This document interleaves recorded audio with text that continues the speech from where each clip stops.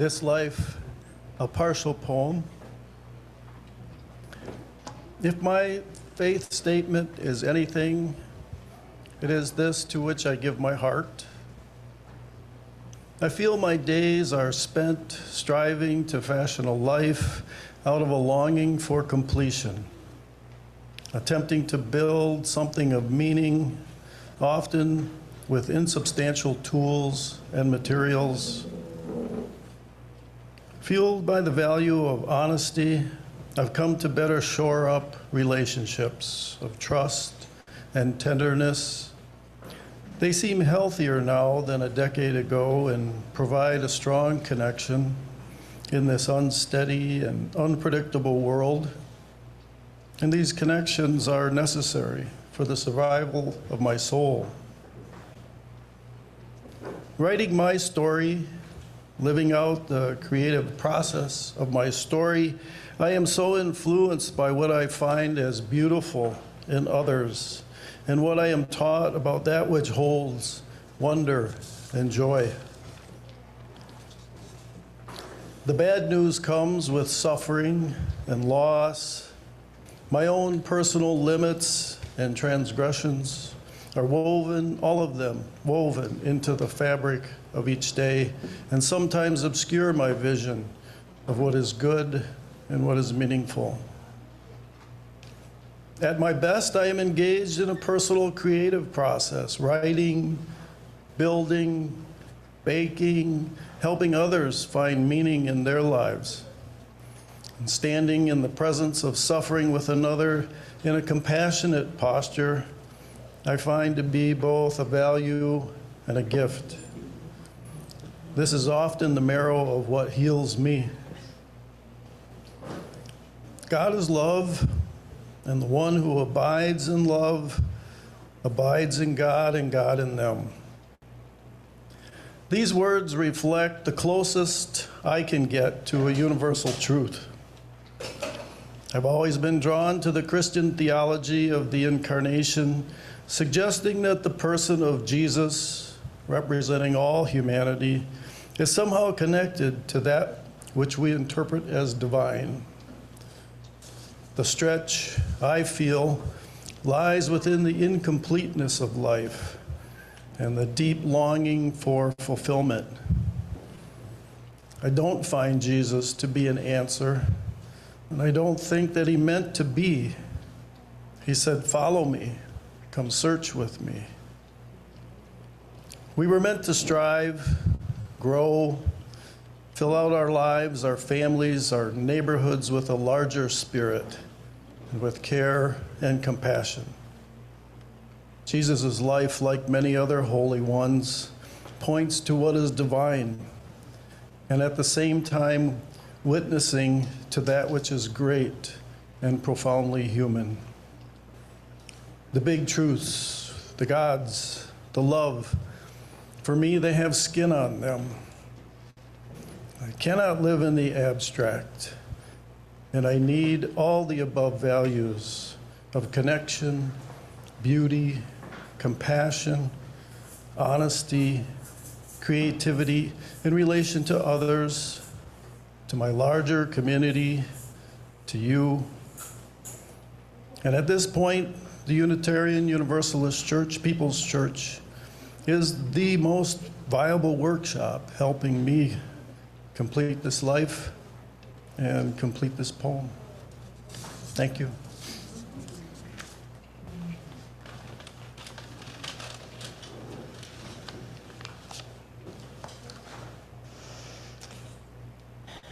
I'm Marty Newman, a member of our Sunday Services Committee, and I welcome you from that respect this morning as we think about the ways and the times we've come of age.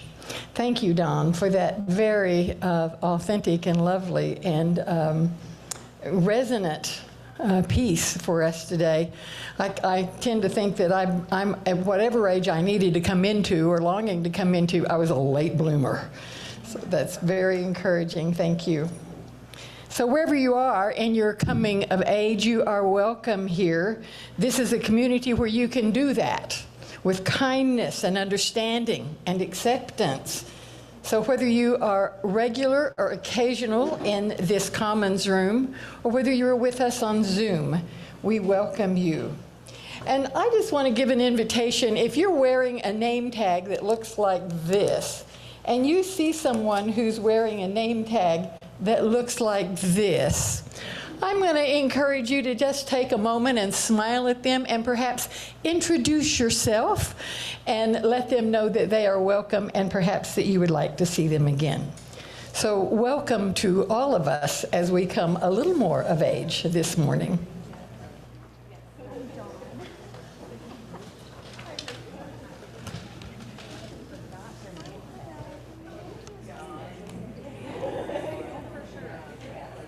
And a few announcements as we begin.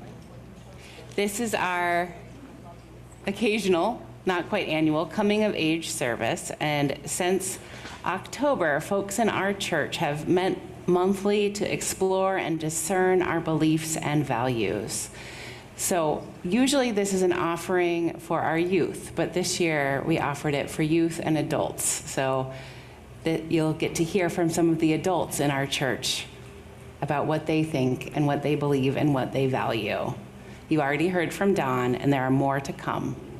And perhaps if you're in the Commons, you saw on your way in that we have a printed booklet of all of these faith statements. We'll also have that available on our church website that you can take with you and reflect on, because all of these are good enough that they should be experienced more than once, and perhaps help us all in our own growing and coming of age. After our church service today, we have a potluck for those who are here in person.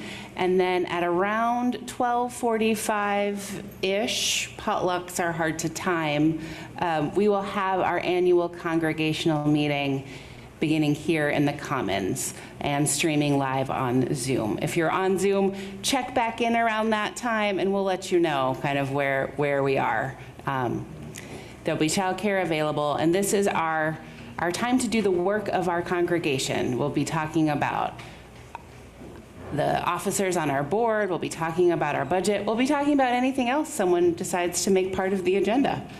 This is a radically democratic project, and it's inspiring every year to see people take charge of the church that is yours. And the way the voting works, to make it as accessible as possible, is voting will be kind of this modified absentee style over the next 2 weeks. So even if you cannot be here today, you will have chances to vote. That is as democratic as we can make it. Our annual White Elephant sale is fast approaching. It's on June 15th, so that's just slightly less than a month from now. And this is a great fundraiser for our church, and a great opportunity for you to clean out your home a little bit and find those objects that are useful to someone else, but maybe not to you anymore. Or if you're downsizing or decluttering or all of those things that we might be wanting to do. So the White Elephant volunteer team will help find a new home for the things you no longer want or need. And the way we did this last year and the way we're planning to do it this year is when people come, we let them name their own price, because that saves us the labor of having to price everything. And we find that people are generally more generous than we would have asked them to be. So a few things that are more expensive will have a suggested minimum. And the things the team will accept are things that are in gently loved or like new condition, toys and games that don't have any missing pieces, small household appliances like lamps that are clean and that work, furniture that can fit in your car, and assume your car is not the biggest car on the road, household decor and holiday decorations, books, kitchen items, jewelry, purses, and tote bags. And so I invite you, as you're sorting through your things, figuring out if you want to take them to the White Elephant sale, to look at it and say, is this something that I would give to a friend? Right? Because this is not, I get this, we want all of our objects to last forever, but sometimes they have reached the end of their useful life And that is when they belong in the garbage, not at our white elephant sale. And I get it. There's this whole like aspirational thing that we do, right? Because I do it too. But this is a moment to look really clear-eyed. And if you would not give it to a friend, do not bring it into the church. So we can't accept clothing, exercise equipment, electronics, or any furniture larger than what fits in your car. So we'll be starting donations at the beginning of June on Wednesdays and Thursday afternoon and early evening, and on Sundays after church. And if you are excited to accept donations and help people sort through them, there's a sign-up sheet in the foyer and in the church's weekly email. Okay. I think that's all of the stuff. They sent me a very long announcement, but mark your calendars, spread the word, all of that. I have one more announcement before the music starts, and that is next week is our Memorial Day service. And part of our tradition here is to share photos of the people beloved to us who have died in the past year. So if there is someone you are grieving who has died in the past year and you would like their photo included in our church slideshow so all may remember them with you, please send that to me or the church office or drop off a physical photo within the next few days. Okay. Now, a reminder, so I see we did cut down on the number of chairs we are using. There's many open seats in the front row. I know that's no one's ideal place to sit, but if you are looking for a place to sit, the further ahead you come, the more seats there are. And now let us sing. I invite you all to rise in body or spirit to sing together. If you know this low part, I encourage you to lead it with gusto. Now let us sing to the power of the faith within. Sing to the power of the faith within. Lift up your voice, be not afraid. Sing to the power of the faith within. Sing to the power of the hope within. Sing to the power of the hope within. Lift up your voice, be not afraid. Sing to the power of the hope within. Sing to the power of the love within. Sing to the power of the love within. Lift up your voice, be not afraid. Sing to the power of the love within. Sing to the power of the joy within. Sing to the power of the joy within. Lift up your voice, be not afraid. Sing to the power of the joy within.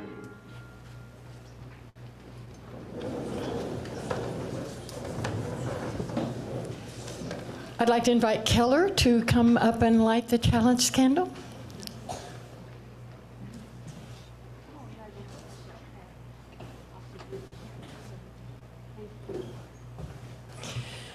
Our reading this morning is from Recollections of My Non-Existence by Rebecca Solnit. Rebecca Solnit. Growing up, we say, as though we were trees, as though altitude was all there was to be gained. But so much of the process is growing whole as the fragments are gathered and patterns found.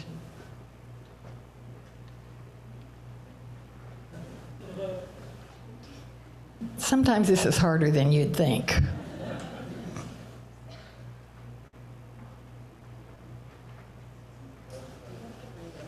Okay. Human infants are born with craniums made up of 4 plates that have not yet knit together into a solid dome, so that their heads can compress to fit through the birth canal. Very good, thank you, Keller. And because of that, then their brains can expand within.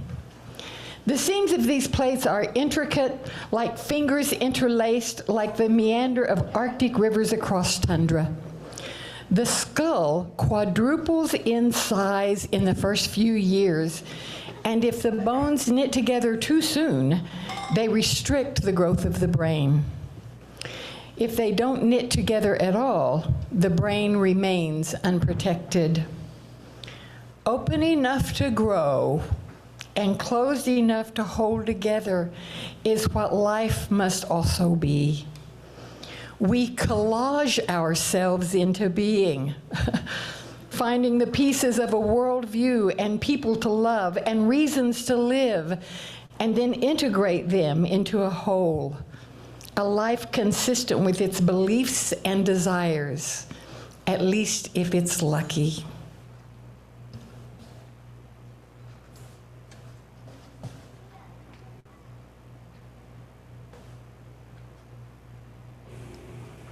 In addition to our chalice lit here at People's Church, we have chalices lit in Westwood, another one in Westwood, Parkview Hills, Bronson, at Bronson Hospital, at Bronson Labor and Delivery, so 2 people there, on Cherry Street, on 41st and Half Street, and on a few more places probably that my Zoom screen decided to eat today. What a gift to have all of us together in time, even when we cannot be together in space.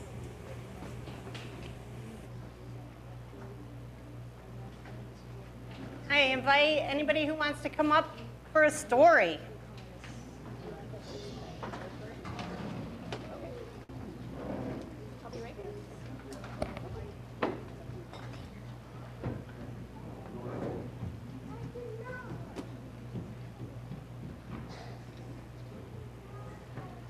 Today I want to tell you a story that is over 2,000 years old. It's a really old story about people looking for the truth. There was a whole group of men who lived together in India, and they were all blind. And they lived in a protected place, and so they didn't get out very often, but they had heard of something called an elephant. And they didn't know what an elephant looked like. So one day, somebody brought them to an elephant, but because they couldn't see with their eyes, they went to feel it with their hands. And the first man said, "Oh, I can feel the whole side of this elephant, and it feels like a wall. This is what an elephant is like." Second blind man went to its trunk, and the elephant started moving his trunk, and he said, "Oh, this elephant feels like a snake." And the third man went to its leg, and he held on to this giant leg, and he says, "No, an elephant feels like a tree trunk. It's so solid." Another man went to its tusks and said, "Oh, these are so hard and pointy. I think an elephant is like an arrow or a spear." And another blind man went to its tail and said, what are you guys talking about? This elephant is just like a rope." And all of the men argued, "What is this elephant?" And another went to his ear and said, "This elephant feels like a giant fan."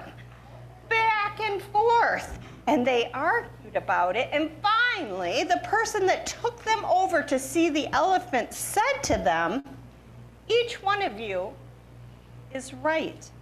You're all seeing or feeling one piece of the truth of this elephant, but only all together can we see the whole truth of this elephant." Because it did feel like it had a fan on its ear, and a snake on its trunk, and a rope on its tail, and a tree trunk on its legs, and a wall on its side. But none of those was what the elephant was.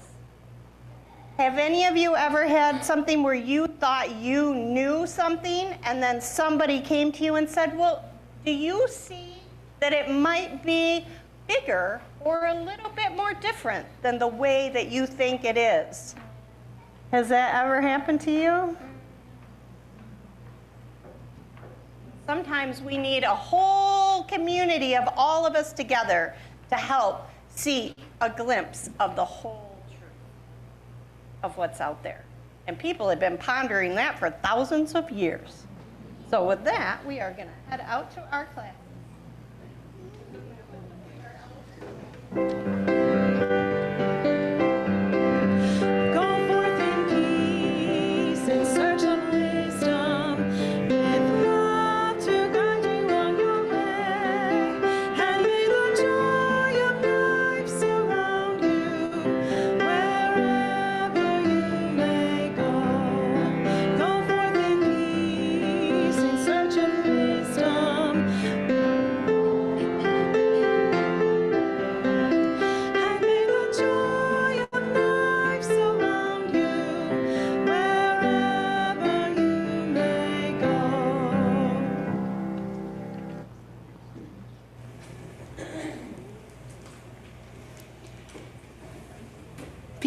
People are generous people.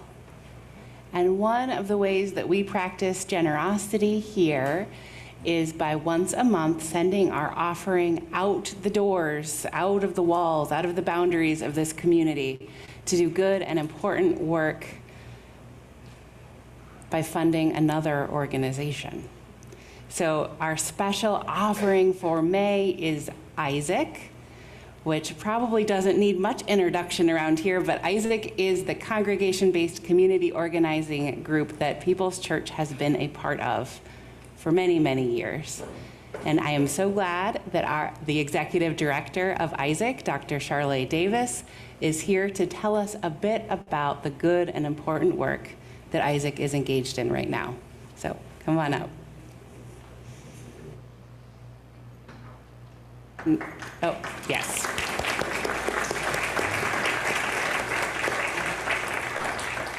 And please give generously when the basket comes to you. And good luck figuring out how to pass a basket in this formation. This will be an adventure, you guys. Thank you. So greetings and love and gratitude to Reverend Rachel and also my People's Church family. It's wonderful to see the familiar faces, and it's wonderful to see new faces here today. And just so you know, my heart is smiling. Hopefully you can tell that my eyes are smiling, and also I am smiling beneath this blue mask. My name is Charlotte Davis, like Reverend Rachel already said. So happy to be here on behalf of Isaac. Our mission, if you haven't heard so far, is to build the beloved community in Kalamazoo County.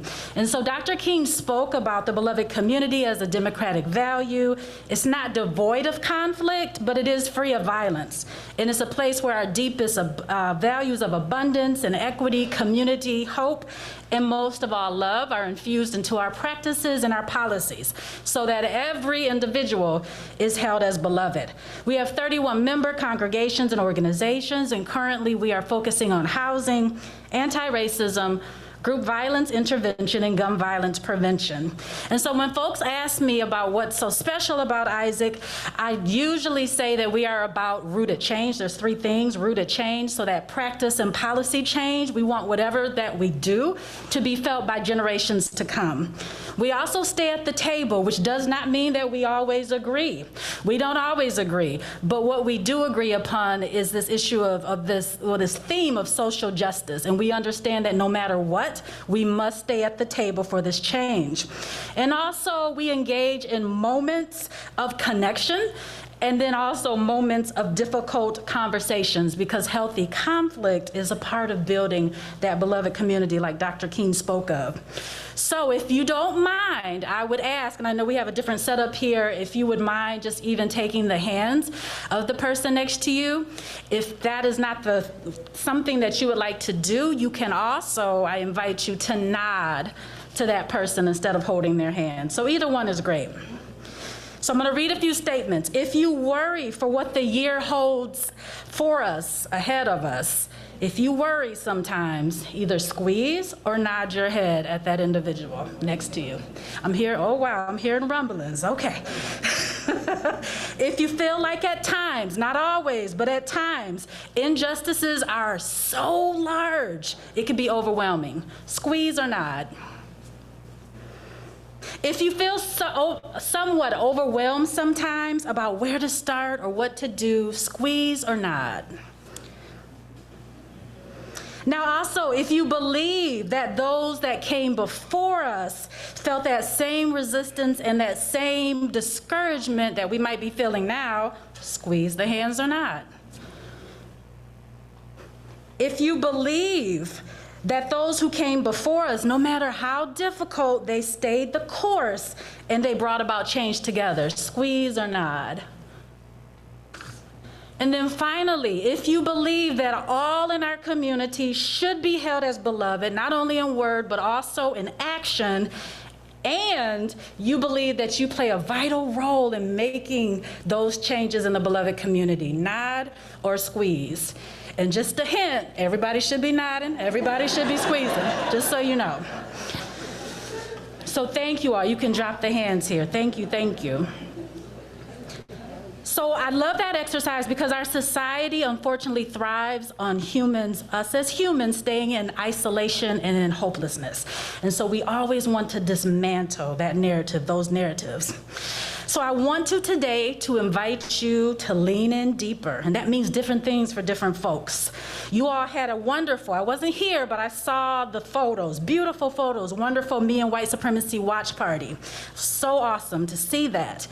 And so one way to lean in, if you have not seen the fireside chat with Layla Saad and Elder King, I would say get that link from us and watch it. If you have watched it, like I am committed and I'm saying I'm going to do it monthly, take about 3 to 5 minutes and lift something, watch something out of that fireside chat and think on it again and meditate on it and reflect on it.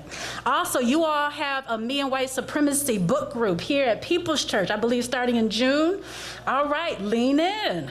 That's an awesome opportunity to be able to go through that book and to be in community together discussing it. We also have a virtual meeting coming up. Stay tuned for more information, but it's 6:30 on July the 9th, and that will be on Zoom. Lean in. Also, local trainings and workshops, whether that's a race, that's YWCA, the Healing Whiteness, other workshops. Lean in. And then lastly, stay tuned for ways to get involved. For example, Court Watch through participatory defense, making sure that we are in the courtrooms and holding systems accountable for what happens in there, being allies to folks. And then also thinking about the Get Out the Vote, nonpartisan of course, but who is in your circle? Who do you want to talk to in your organizations about the importance of voting? What's at stake when we do not vote? So with that, in closing, I want to share this quote from Layla Saad. She said, "When we know we are the bridge, we understand just how important we are and why our impact must never be taken for granted. We are the beneficiaries of those who have come before us and the custodians of those who will come after us when we're gone. We are the bridges of hope." And I'm going to say that part again. We are the bridges of hope. People's Church family, there is much to do, and I am energized and excited, and I am hopeful to be with you all, bridges of hope. Thank you all, and I love you all.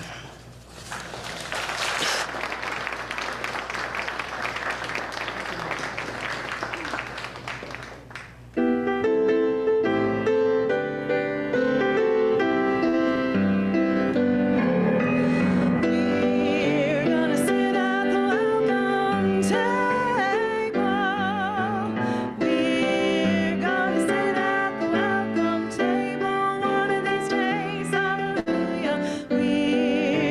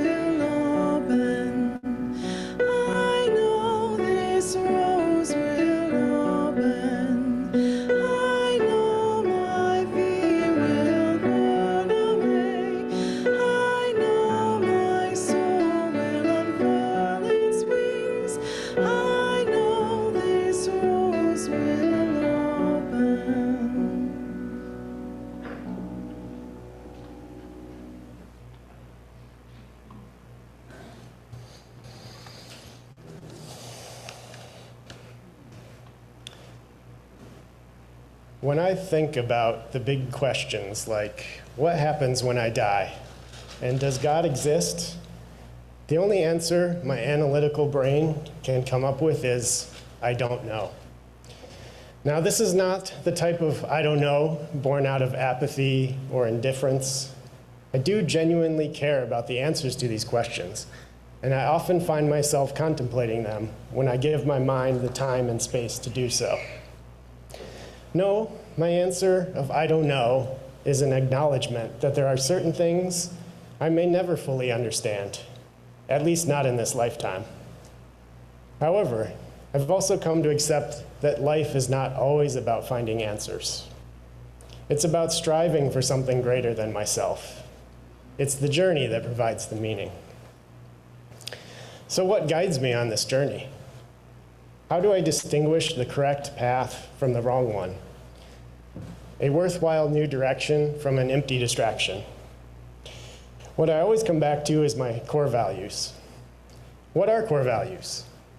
While there are many possible interpretations, the definition that I like best is my personal beliefs and principles that guide me when making decisions, building relationships, and solving problems. They're not something I necessarily think about in every moment, but they become so ingrained in my being over time that they nonetheless steer me like an unseen hand. And when I'm facing a difficult decision, I have time to contemplate. I return to my core values to help guide me to the best outcome possible. So where do these core values come from? This no doubt varies by individual, but for me, it begins with my parents. Beyond whatever biological factors they imparted to me, they also reinforced their core values through action. My own behavior was judged, and thus positive actions were rewarded and negative actions punished.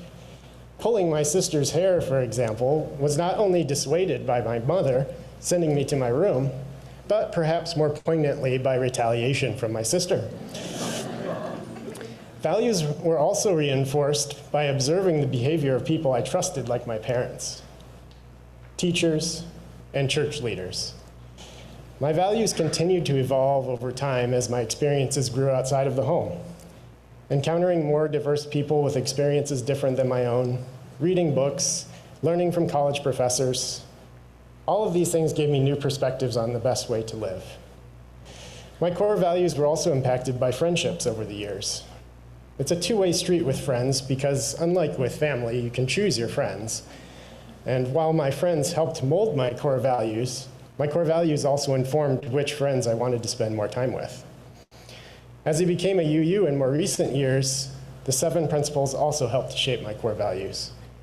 I like to think of core values like an ocean liner. It takes a long time to build, and it does best moving in a straight line, but its trajectory can be adjusted gradually over time. So what are my core values? Let's start with honesty. In my opinion, honesty is the foundation of all relationships. If I'm not being honest with myself or others in my life, then it becomes quite difficult to build any meaningful connections. This applies to all aspects of life, including family, friends, life partners, co-workers, church communities, and neighbors. When I think of times in my life that I've been dishonest, it's usually because I saw it as a shortcut to a desired outcome. Or it was a situation where being honest would require more effort or create an awkward situation. However, I've learned that in the long run, these dishonest actions only lead to worse outcomes that are not worthwhile. For me, honesty has to be the foundation of everything that I do. Another core value I put a great deal of worth in is responsibility. As a younger person, I was always good at getting done what needed to be done, but I never really thought of myself as responsible. That changed when my late wife, Becky, and I were preparing for our wedding in 2015 with the minister who was to marry us. She was asking us questions about our relationship to get to know our situation better and why we wanted to get married. One of the first things Becky said was, "Brandon is responsible. He cares about what happens." I had never heard myself described in this way, but it resonated.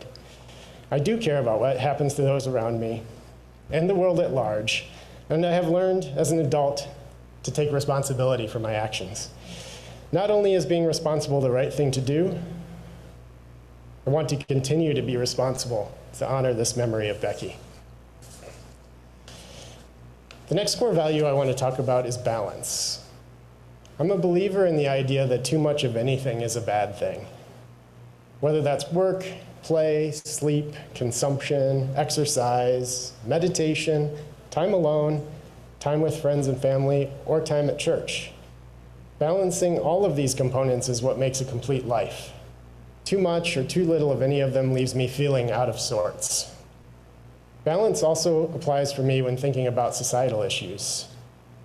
I believe it's important to consider all points of view on a topic when trying to wrap your head around an issue before making a judgment. The final core value on my list is loyalty. Loyalty is a little different for me from the other values I talked about earlier.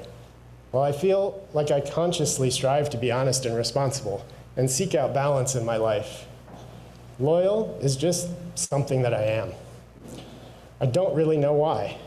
And while loyalty can be a positive trait, such as when you're there for a friend or family member in a time of need, or sticking it out through an uncomfortable situation instead of bailing at the first sign of difficulty, it can also be problematic. When loyalties become divided, long-standing relationships can be torn asunder. Loyalty can also inject undue bias into decision-making. And finally, loyalty can be misplaced, which can lead to fanaticism and other extreme behavior. So while I recognize that I am a loyal person and loyalty has its positive aspects, I also try to be cognizant of its potential pitfalls. While I don't adhere to a belief in any specific deity or religious doctrine, I try to maintain an open mind about the possibilities. I instead put my faith in my core values that were imparted to me by people I trust and from other sources of wisdom I have encountered.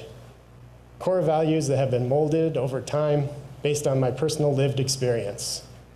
I don't have the answers to the big questions. In all likelihood, I never will. But with my core values as my rock and my guidepost, I will endeavor to continue the journey as long as I am able.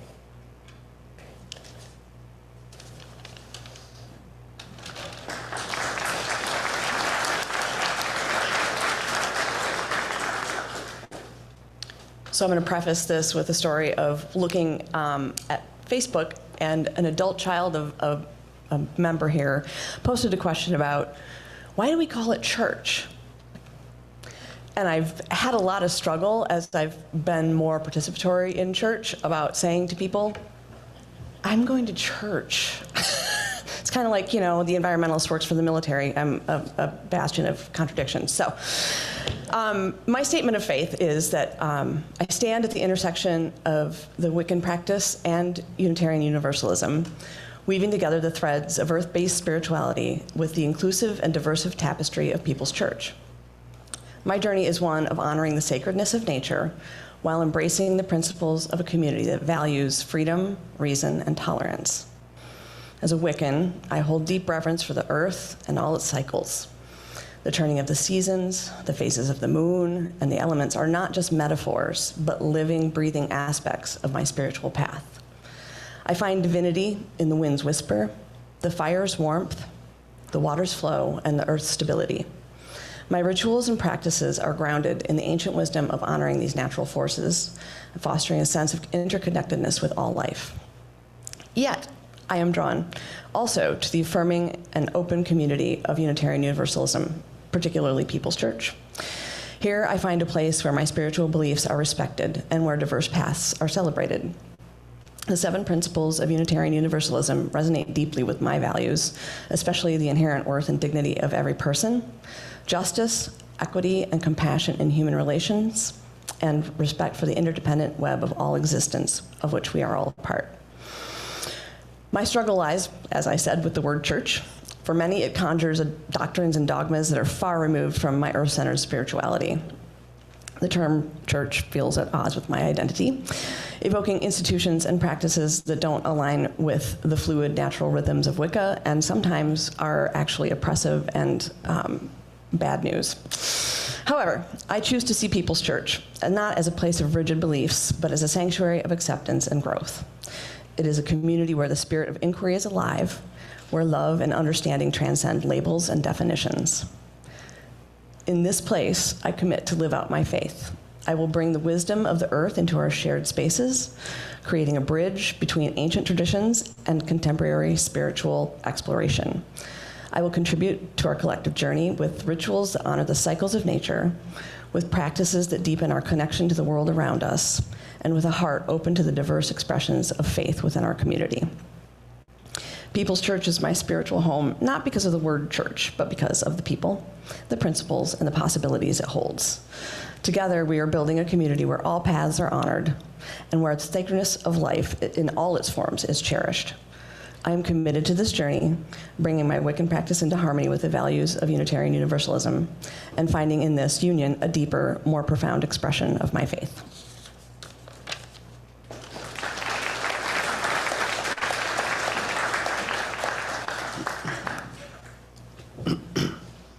I've always been one for a quip. Perhaps the more hoity-toity way of saying that is I've always been one for an aphorism. I like to unpack and interpret a small statement into some deeper interpretations. I like to chew. And to spice it up, irreverence is where I find joy. Some of my favorite authors are Neil Gaiman, Terry Pratchett, and Douglas Adams, despite having only read an average of 2 books per author. I want to unwind a thought, not have it spelled out for me. This is one of the many reasons I'm glad I grew up UU. But it's also for these reasons that I drew a blank while writing this very statement. How can I express my love for the concise and obtuse while also not either standing up here for 15 seconds giving one weird long aphorism or rattling on in circles about aphorisms in a rather verbose manner? I decided to shrug, laugh, and write, and here we are. Shrug, laugh, write. That's an aphorism. Shrug. I could sit in paralysis overthinking what or how to write, or I could start with how I often address big questions and say, I don't know, and shrug, feeling curious. Laugh. A moment later, I laugh, recognizing my own patterns and finding joy in the irreverence of wobbling towards my goal, perhaps like a laughing baby learning to walk, or perhaps like an unbalanced, inebriated person finding their way home. Perhaps there's little difference. Chew on that. Right. Having addressed my own insecurities and shrugging and supporting myself by laughing, I'm ready to rumble or perhaps ramble. By digging into this aphorism, I stumbled into while writing. I've now discovered some sort of method to work through this Ouroboros, and I think that's a neat example of why I like aphorisms. Taking a step back, I think that these tiny wisdoms can be found on any scale. I recently had a staring contest with a spider as I sat on a dock at sunset. I had no thoughts. I simply watched the spider, and the spider watched me. Eventually, I got distracted, then felt the spider on my hand, and I shooed it away. I guess we know who won. I think perhaps that's an aphorism of a sort, albeit a wordless one. And since it's wordless, I haven't figured out how to share my sense of this thing yet in explicit terms. So here we are with just the memory and the story. On the other end of the scale, I've been thinking about entropy a lot recently. Entropy is quite complicated to get into here, but the piece I want to highlight is the way that even at the largest scales of the universe, things become complicated in a predictable way. In some sense, this is what entropy is, the constant movement towards complicated. There's some aphoristic quality to being able to predict that things will in essence become more predictable. An Ouroboros of sorts. I'd like to conclude with an aphorism from Star Wars. There's a character in the show The Mandalorian named Kuiil, who, like many from his culture, ends most of his statements by saying, "I have spoken." The way I interpret this phrase is not an act of putting one's foot down and saying the conversation is over, but rather that one turn of the conversation has been made, and now the other person may respond. Similar to saying over on a walkie-talkie. I think I've opened a neat discussion about obtaining knowledge and wisdom, and now I'd like to hear from others. So, I like aphorisms. I have spoken.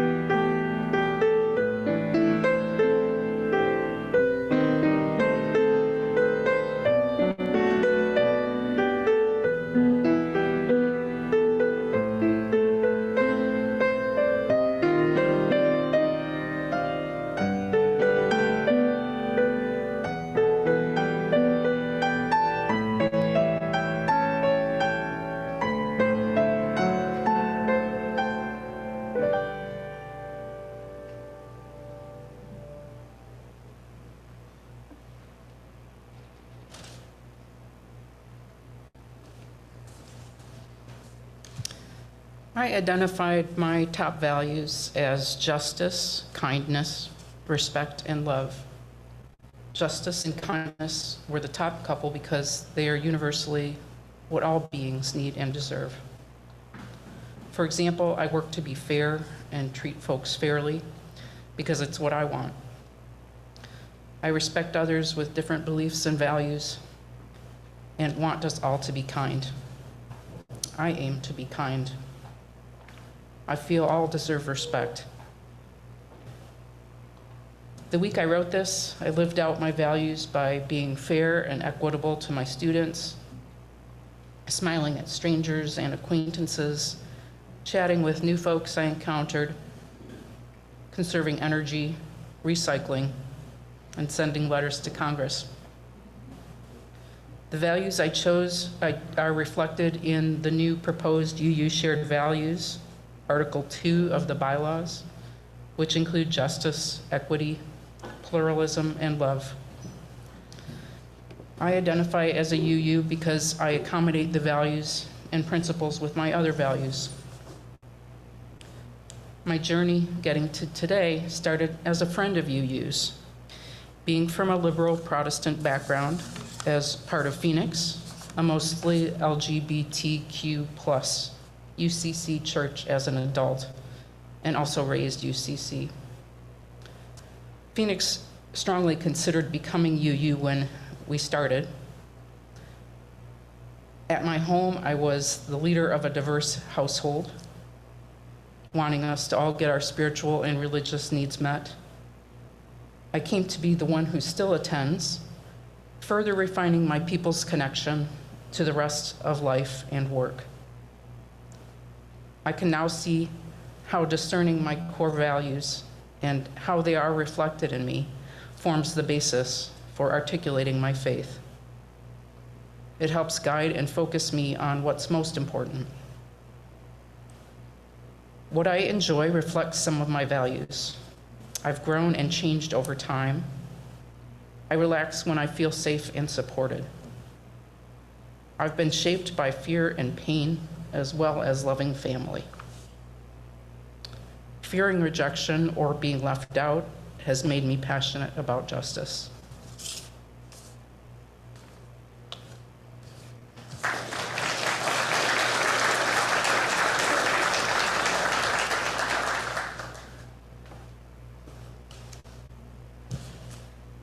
Hello, excuse me. Hello, I'm Teresa, and this is my faith statement. So, what is the meaning of life, and why am I here? Typical questions that for me have come to the forefront with my retirement from my formal careers. Looking back through my life and in the present, I see that making a difference is my theme. While there is a force, something bigger than myself in the universe, there is no one being who orchestrates my life, nor is there a predetermined plan for my life. When I placed a high school boyfriend on a pedestal and I did whatever he thought he wanted me to do and to be, I realized that there is more than one way to worship, and that I did not want to be controlled by anyone else. With my internal locus of control, I have strived to be my best through perseverance and other values. Oh, so many important values. How do I choose my top ones? Exploring with children in my present work at Papa Early Childhood Preschool has given me my clarity. My life has revolved around creativity, curiosity, openness, passion, and kindness. These all tend to overlap. Creativity enriches the world, allowing each person to share and express their unique self. And giving of self helps affirm the reason to be. Being creative brings me inner joy, as well as pleasure to others who resonate with the gifts shared. I feel fulfilled from work in which I plan a multitude of topics for daily specials with the preschool children. In some way, I feel I am planting a seed that will resonate with children in the future. Curiosity is my core that keeps me growing. The universe is so vast, with something new to learn every day. Playing in nature, traveling, taking pictures, science in general, books found in every room in our house, many I may never get around to reading, attest to my thirst for knowledge through curiosity. I don't have time to make all the mistakes and explore all that the world presents, so the interdependent web of life allows me to invite others to share their experiences. This helps me to understand what is real and what is most important in life. Openness to me is essential, as many of my decisions have entailed keeping my options open. I appreciate that I can change my way of thinking depending on experiences that show different realities. Openness helps me to grow to be my best self, broadening my thinking that may create new ideas and opportunities. People's Church has been a wonderful avenue in helping me think outside the norm. I learned from teaching the children that you can communicate with others honestly to help take care of your needs and the needs of others. It takes courage to be verbally open when needed, so I am forever stretching myself to practice this. Values of creativity, curiosity, and openness all honor diversity, the permaculture for sustainability. And in being open, I can exercise compassion, another value I strive to perform. Understanding how it is for others allows me to pause, have patience, and give time to acknowledge each person as they are. Compassion filters through the essence of care and kindness, and helping others with their needs, I make a difference. Kindness has been a value I have tried to uphold since my early years. One of my mottos is, everyone deserves a smile. Just acknowledging a passerby with a smile may somehow make a difference for them. I see you. You matter. As a public health nurse making home visits, I would always add a smile to my sticky note I gave to mark the next time I would come to visit. This was influenced by my dad, who created a smiley symbol with his initials that he still uses frequently. I am fortunate to be able to enjoy and spend time with my extended family, sharing meals, traveling, savoring nature, square and round dancing, playing cards, due to the core value of kindness. We move past irritating moments and differing political ideas to enjoy each other. A continual act of kindness at work is acknowledging the children's boo-boos, sharing that it must have hurt, and that I am glad it is healing, and that they have a souvenir from their play. I feel the best kind of contagion is kindness, and kindness can bring peace throughout the world. Actions I take through my values are largely focused on the natural world that ultimately trickles down to people on the planet. Thank you, Mom, for immersing me, my sister and brother, in nature.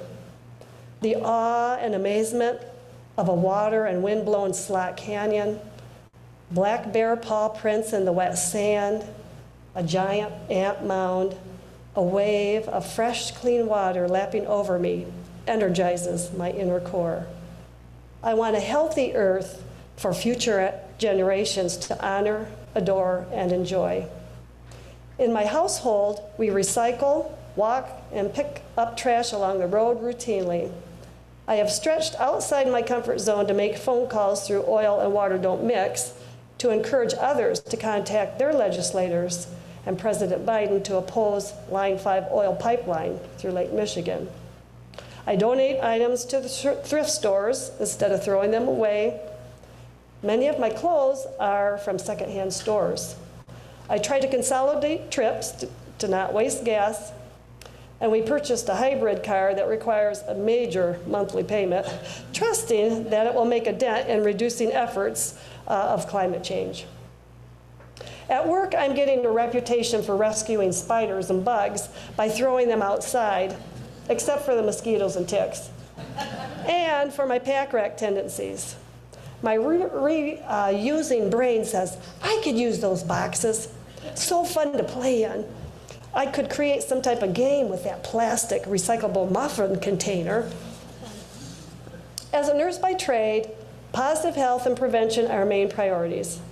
Through my values, I have shared about the human body, pregnancy, growth and development, social emotional health, the wonderment of nature, to give others ideas on exploring what is right for them to help them be their best. I believe that I can plan, have goals, work with perseverance, and do my best, and then whatever happens after that is meant to be.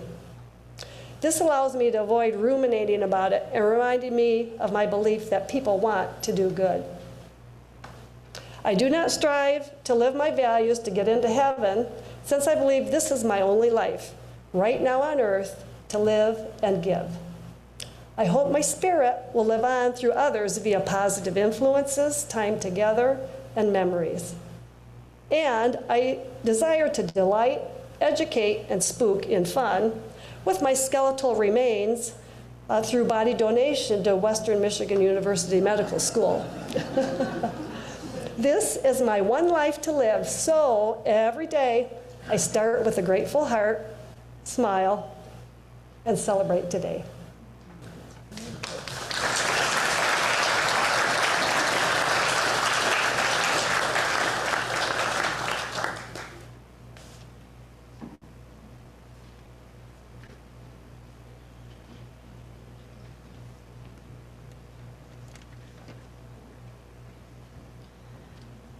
All right, I invite you one last time to rise in body or spirit to sing our closing song together.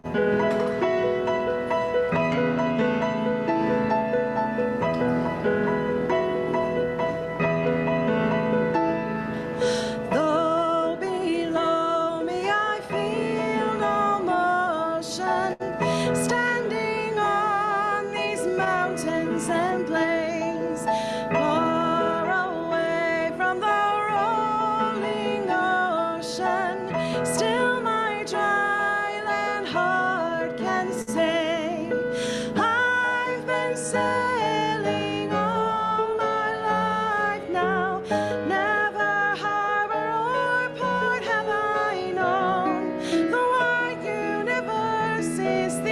ocean I travel, and the earth is my blue boat home.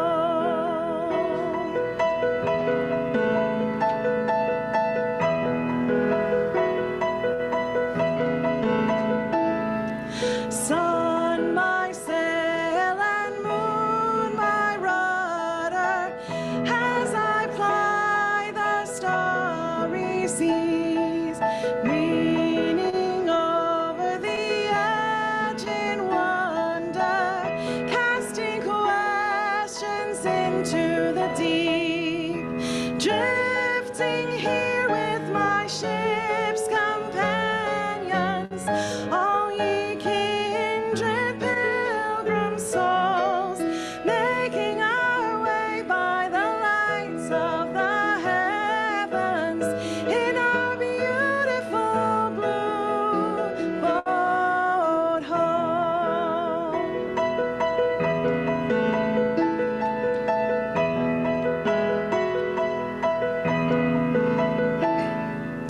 I give thanks to the waves upholding me, hail the great wind surging me on, heed the infinite sea before me, sing to the sky my sailor's song. I was born upon the fathoms, harbor, or port have I known. The wide universe is the ocean I travel, and the earth is my blue boat home.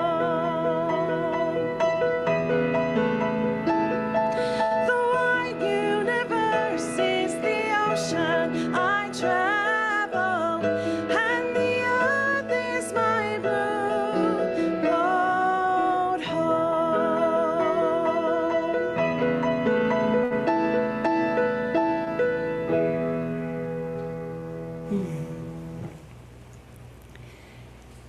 Thank you to those who shared their statements of faith today. That is a thing that takes courage, right? And it is a thing that takes courage for all of us to go out and live our values in this world. Values of curiosity and compassion and kindness, values of honesty and loyalty and justice. So let us go forth and live what we believe. But not go too far, because the congregational meeting will be in this room in 45 minutes or so. Let us go in peace and go in love.